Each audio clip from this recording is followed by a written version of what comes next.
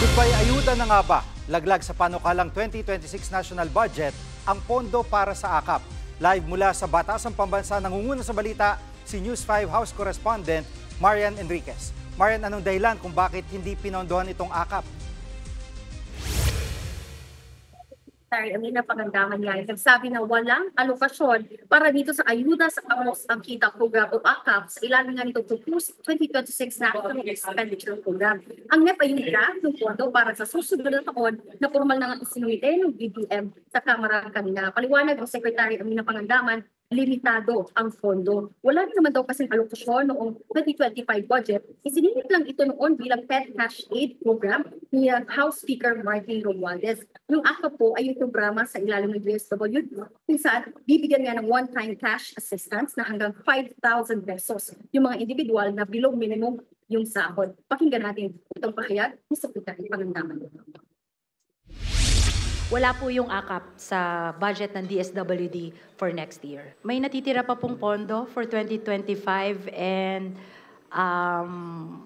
like I mentioned a while ago, we receive a total of 10 trillion pesos na proposal from agencies. And given our limited fiscal space, hindi pa po muna natin siya sinama. At Marian, may reaksyon na ba mga congressman sa pagtatanggal ng pondo sa AKAP?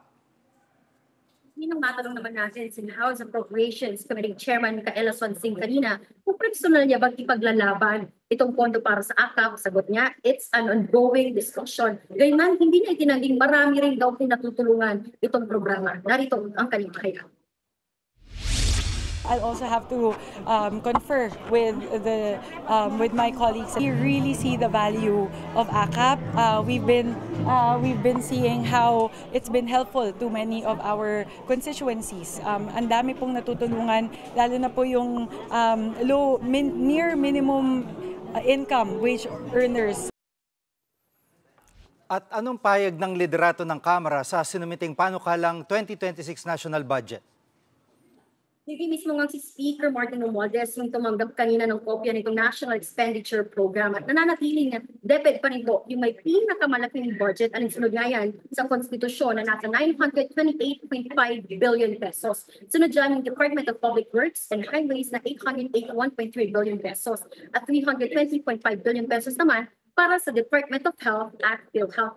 Ayon kay Speaker Romualdez, may ilang reforma sa pagbabalangkas nga ng pondo. Kabilang na riyan yung pagtatanggal ng small committee na in charge nga po roon sa pagsasama-samahin yung lahat ng amendments sa budget at yung pagbubukas nitong buong deliberasyon sa publiko hanggang sa Bicameral Conference Committee. Nanindigan din si House Majority Leader at Presidential Son Sandro Marcos na babantayang mabuti ang ipapasang budget. Pakinggan natin itong kanilang kasinag.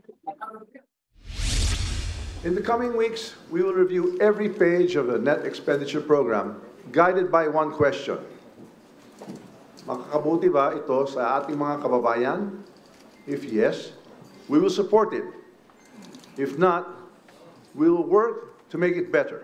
It's the prerogative of the House to pull from certain agencies that haven't been utilizing their funds. Ibig sabihin, binigay ka ng 10 pesos. Kung 5 pesos lang ginamit mo sa isang taon, edi ba't ka namin bibigyan ng 10 pesos na naman kung hindi mo lang igagastos? Ilagay na lang namin sa ibang ahensya na may kaya na gumastos ng ganong klaseng pondo.